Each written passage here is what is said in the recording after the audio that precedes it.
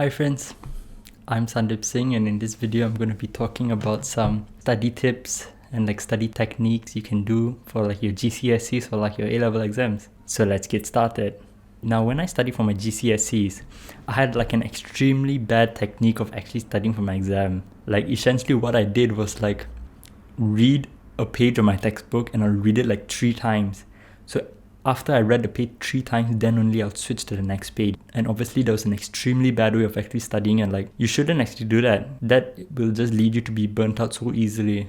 So in this video, I'll just like to talk about some techniques which you can use for exams. The first tip is active recall. Now, active recall is basically a study technique where you test yourself. So essentially, the way I used active recall nowadays is by using the app Notion. And basically in that app, how I use active recall is by writing down a question of a specific topic. And then when I'm studying, I'll look at that question and then I'll go inside my brain, try to figure out what is that answer to that question. When I think of an answer, then I'll look at the correct answer and see if my answer is actually the same as correct answer. And that is a way of active recall, because you'll be searching inside your brain for an answer. So active recall is just basically a way to test yourself. And there's many different types of active recall. Another type of active recall is by blurting. Now there's this fantastic YouTuber called Anjada Jade, and basically I watched some of her academic videos and she made a video about blurting. Now blurting is a good way of active recall. Blurting is essentially reading a page of a textbook, and after you've read a page of a textbook and you figure out you got enough information from it, close the textbook and then take out a piece of A4 paper, write down everything you read from that textbook without looking at it. And that is a good way of active recall, because you'll be going inside your brain again and trying to figure out the answers for that specific topic. But blurting is quite tedious, because that actually takes a lot of time to actually write down all the facts of that specific topic. But nonetheless, it's still a good way of active recall. And another way of active recall is also doing past papers. You should always do past papers. Past papers are your friends whenever you're doing GCSEs and A-levels, because the questions you're gonna get is somewhat similar to your past papers. And past papers, you're gonna be using active recall, because there's gonna be a question and you're supposed to figure out what is the answer inside your brain and write down the answer. And that is why I think active recall is so good, because it's just how exams test this. Exams give you a question and you're supposed to answer it, and essentially that is just active recall.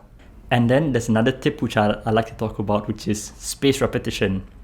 Now there's this fantastic YouTuber called Ali Abdal, and basically he made tons of videos about spaced repetition and all that. Basically in spaced repetition, there's this forgetting curve. And basically in the forgetting curve, when you first read something, your memory about the thing that you've read is at 100%. But over time, as days pass by, the thing that you read, which was once at 100%, has now decreased exponentially, and you've forgotten a lot of stuff. And then if you read it again, then your memory is at 100% again of the thing that you read. And over time it will decrease. And then if you read it again, your memory of that thing is now at 100% again, so on. But during those intervals where you don't actually read it, the intervals will become larger. So the more number of times you reread it, the more easier you're going to remember it for your future. And then another tip is that whenever you're studying, you need to always have frequent breaks. It is crucial to have frequent breaks, because you can't just study for 6-7 hours straight. In the morning, your mental power and your memory is going to be at 100%. But as hours go by, your energy is just going to decrease exponentially. And by taking a break, your energy will increase again, and then it will decrease. And by taking a break, going out for a walk or exercising, it will increase again, and so on. And I think in this world, right, we always ask people, how many hours do you study in a day? And it's also quantitative. We say I study 5 hours every day and stuff like that. But you shouldn't measure the number of hours you actually study, but instead it's better to measure the number of breaks that you have in between your studies. Because if you don't have enough breaks, your energy is just going to decrease exponentially, and by the end of the day, you're not going to remember much stuff that you have learned. So it's important to have frequent breaks. And another tip is that whenever we sit on our bed, we always feel like sleeping, because I think our brain is attuned that bed is for sleeping. So that's why you shouldn't actually study on your bed. And when you go to your kitchen, you'll feel more hungry. So there's another thing which I like to talk about, where since your bed is for sleeping and your kitchen is for eating, your desk should be for studying. So like when you are at your desk, you should just be studying. So like you shouldn't use your phone or anything. So when you build a habit that like desk is for studying, that will just like lead you to like be more productive at your desk, because your brain is attuned that like desk is for studying and like not for using your phone and stuff like that. But it does take a long time to actually build this habit that like desk is for studying. But like if you actually build that habit, you'll be like much more productive when you're studying. And like after you're happy with like studying at your desk, then take a break or something and then like come back to your books like in the later part of the day. And like a good way of like studying is by using the Pomodoro Technique. Now I had another video talking about the Pomodoro Technique, but essentially this technique is basically a good study kind of technique. The technique goes like this, where essentially for 25 minutes when you're at your desk, you should just be like studying. So like in those 25 minutes, there's just full on deep work study. So like no phones, no nothing. And like after that 25 minutes is up, you should have a 5 minutes break.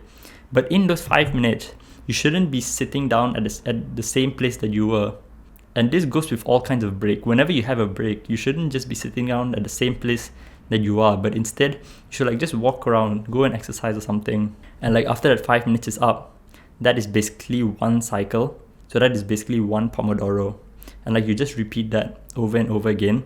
And then like every 4 Pomodoros, so every 4 cycles, you're supposed to have like a longer break. So like a longer like 15 to 30 minutes break. But the thing about the Pomodoro Technique is that some people, they can't just full on study for like 25 minutes straight, like me. Sometimes I wouldn't be able to like study for like 25 minutes straight, but that is fine. If you can't study for like 25 minutes straight, you can like just study for like 10 minutes or like 15 minutes is also fine. And then have like a 5 minutes break or something. And like sometimes when you're really inside the zone and you don't feel like stopping after those 25 minutes, that is completely fine as well. If you don't feel like stopping after those 25 minutes, you can just like continue going on with your studies. So like the Pomodoro Technique is just like a template, but like you should use the Pomodoro Technique any way like you feel. And like another tip which I have is about acronyms.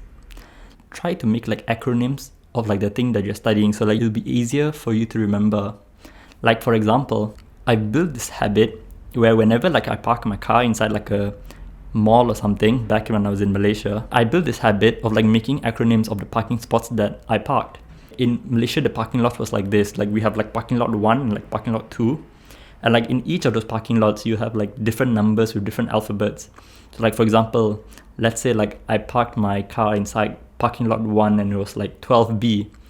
So like parking lot 1 is for like first place. And like 12B, the number 12 years is 1 year before you become a teenager. And like for B is for beautiful. So that's basically making an acronym for my parking lot. But like making acronyms whenever you study, that does take some time to actually do it. Another tip I have is that whenever you're doing your exam, just try to remember that like your exam, try and make it a collaborative kind of thing with your friends. Like what I mean by this is that whenever you're studying for an exam, do it with your friends as well and like help each other out. Like make it be a collaborative kind of stuff and like give tips to each other and like help each other. Like the thing about exams, like I feel whenever we do an exam, we're supposed to like do it on our own and like stuff like that and like no discussing and stuff like that. Like now when I'm in university and whenever I do a test, I don't actually do it alone, like because everything is online anyways. And like I make it a collaborative kind of thing with my friends. So like if I don't know something, I'll just like text my friend and like one of my friends will help me, and like if he doesn't know, then I'll help him and like so on. And it should be this kind of collaborative kind of thing, and like then only you'll be fun and like you'll all succeed and you'll make good memories in your future, which is good. Alright, that's it for this video and thank you for watching. If you like this video, please like, comment or subscribe to my channel. Thank you. Goodbye.